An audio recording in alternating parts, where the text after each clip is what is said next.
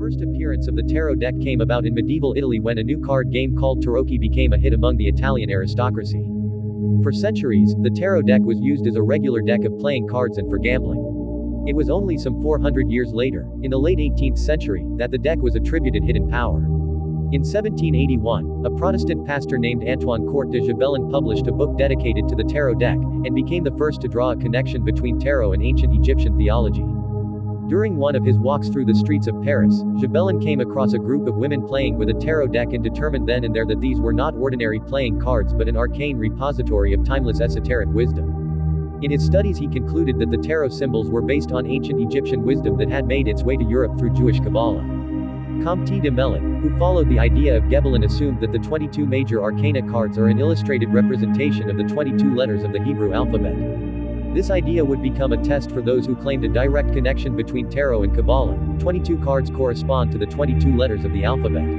Gibelin and de Mellet's assertions instantly changed the perspective of tarots today. The tarot decks quickly became associated with fortune tellers, magicians and occultists.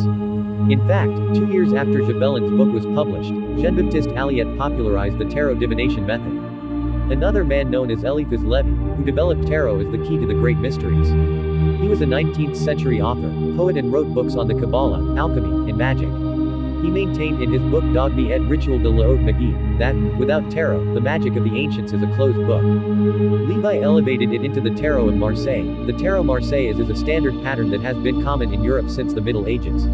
Historians trace this deck's origins to the 15th century, in the northern Italian city of Ferrara. It was named the Tarot of Marseille, since the city of Marseille subsequently became a prominent printing center that produced an assortment of decks designed by different artists. Within a few decades, Levi reached England, and were circulated and enhanced by the Hermetic Order of the Golden Dawn. This new age of tarot and spirituality had begun to take shape. The Hermetic Order of the Golden Dawn was a secret society that concerned itself with mystical doctrines.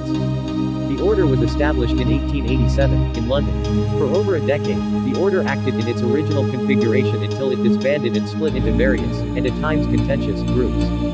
2 members of the Hermetic Order of the Golden Dawn would subsequently design the 2 most influential and popular tarot decks of the New Age declared by the order.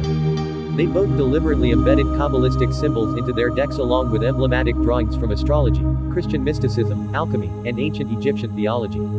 The members were Arthur Edward Waite, who published his deck in 1909, and Aleister Crowley, whose Thoth deck was published posthumously in 1969.